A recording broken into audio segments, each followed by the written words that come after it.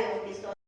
ఎక్కడ ఏం చేసినా కూడా, దేవాన్ని ఏమి ఇచ్చినా కూడా ఏమంటుంటూ నాకేం లేదు, సంతానం లేదు. నిరీక్షిస్తున్న ఒక నిజ స్వరూపము చూడడానికి అబ్రాహాముకి 25 సంవత్సరాల టైం పట్టింది. కానీ దేవునికి మహిమ కలుగును గాక. 15వ అధ్యాయం 4వ వచనం దగ్గరకు వచ్చేసరికి, ఆదికాండం 15వ అధ్యాయము 4వ వచనం, యెహోవా వాక్యం అతని ఎద్దకు వచ్చి, ఇతడు నీకు వారసుడు కాడు, నీ గర్భవాసమున పుట్టబోచున్నవాడు నీకు వారసుడగునని ఆయన వెలుపలికి అతన్ని తీసుకొని వచ్చి, నీవు ఆకాశం వైపు తేరి చూచి నక్షత్రములను లెక్కించుటకు నీ చేతనైతే లెక్కించమని చెప్పాను.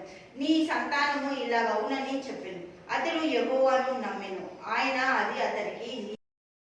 మరియు ఆయన నీవు ఈ దేశమును స్వతంత్రించుకున్నట్లు దానిని ఇచ్చుటకు కల్దీయుల ఊరను పట్టణంలో నుండి నిన్ను యువతలకు తీసుకొని వచ్చిన యెహోవాను నేనే అని చెప్పినప్పుడు, దేవునికి మహిమ కలుగును గాక.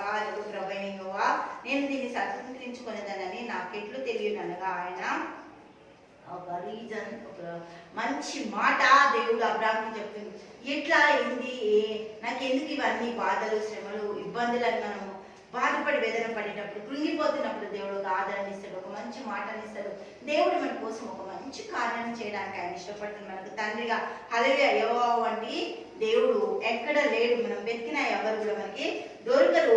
ఉత్తమమైంది మనకి దేవుడు ఇస్తాడు. దేవునికి మహిమ కలుగును గాక.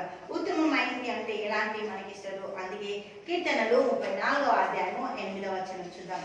34వ అధ్యాయము 8వ వచనం చూద్దాం. యెహోవా ఉత్తముడని రుచి చూచి తెలుసుకొనుడి, ఆయనను ఆశ్రయించిన నరుడు ధన్యుడు. దేవునికి స్తోత్రం. యెహోవా భక్తులారా, ఆయన యందు భయభక్తులు ఉంచుడి, ఆయన యందు భయభక్తులు ఉంచు వానికి ఏమీ కొద్దు ఉండదు. అబ్రామా, నువ్వు దేవుడి వైపు చూడు. దేవుడు ఉత్తముడు, రుచి కలిగిన వాడు. టేస్ట్ చేయి. నువ్వు ఒకసారి టేస్ట్ చేస్తే నీకు యెహోవా ఏంటో అర్థమవుతుంది. నేనే ఆ దేవుణ్ణి. నా యందు భయభక్తులు కలిగి ఉండవు. నీకు కావలసిన ప్రతిదీ సమకూరుస్తా. నీ జీవితంలో నేను చేయాల్సినవన్నీ కూడా చేయడానికి అలాగే నీకున్నా అని యెహోవా మంచి దేవుడని అబ్రాము, దేవుడికి మహిమ కలుగును గాక. ప్రతి దగ్గర కూడా హల్లెలూయా దేవుడు అబ్రాముకు కావలసిన ప్రతిదాన్ని నీవు పొందుకోవాల్సిన వాటి గురించి వేరే వేరే ఆలోచనలు, వేరే వేరే తలంపులు ఏమి కూడా చేసుకోకు. నిరీక్షణ ఉండాలి, ఓపికతో ఉండాలి నువ్వు అని దేవునికి మహిమ కలుగును గాక.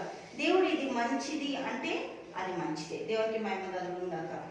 ఈ యొక్క నాసిక రంధ్రములలో జీవవాయువు ఊది, ఇది మంచిది, ఇది 6వ రోజు, ఇది మొదటి రోజు, ఇది 2వ రోజు, మంచిది, చాలా మంచిది. 6వ రోజు శాంతి కలగజేసింది మన కోసం కదా. దేవుడు చెప్పిన ప్రతిదీ కూడా మన జీవితాలలో నెరవేర్చడానికి ఆయన సమర్థుడు, ఆయన గొప్ప దేవుడు. దేవుడికి మహిమ కలుగును గాక. దేవుడు ది బెస్ట్ నీకు ఇవ్వాలనుకుంటుంది, ఉత్తమమైనది. ప్రతి కార్యం చేయడానికి దేవుడు నీ జీవితంలో అన్నిటికీ మార్గాలు తెలుస్తుండు. దేవుడికి మహిమ కలుగును గాక.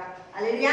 తండ్రి యేసయ్యా, నీకు వందనాలు, స్తోత్రాలు. గొప్పది, అద్భుతంగా ఆశ్చర్యకరంగా బిడ్డల జీవితాలు ఉత్తమమైనది నువ్వు ఇవ్వడానికి, ప్రతి మార్గంలో సన్మార్గంగా బిడ్డలను నడిపించడానికి నీ కృపను అనుగ్రహించి దీవించి సహాయపడే నాయన. నీ బిడ్డలకు ఉత్తమమైన అనుగ్రహించడానికి నీ బిడ్డలను ఎన్నుకొని పిలుచుకొని నడిపిస్తున్న దేవాన్ని కృతజ్ఞతలు చెల్లిస్తూ యేసు నామములో ప్రార్థిస్తున్నాము తండ్రి. ఆమేన్, ఆమేన్, ఆమేన్.